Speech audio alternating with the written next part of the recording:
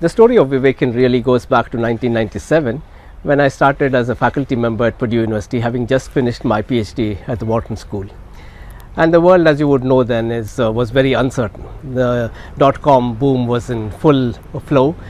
New companies were coming up. Nobody knew what business model would work, what business model would fail, but there was tremendous excitement in the world.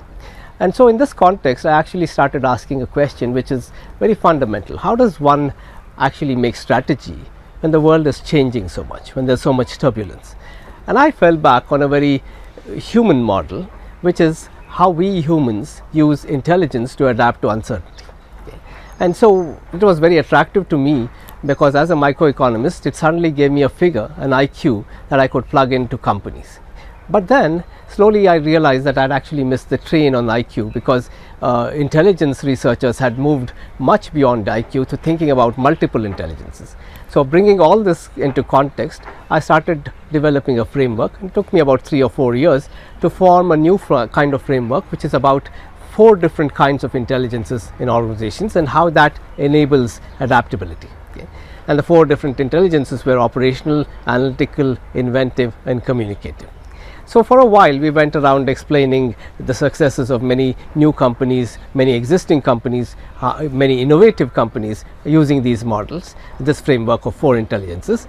But then suddenly something happened, which was 2 companies that we've been explaining as epitomes of success with this framework, Satyam in India and Enron in the US, went kaput.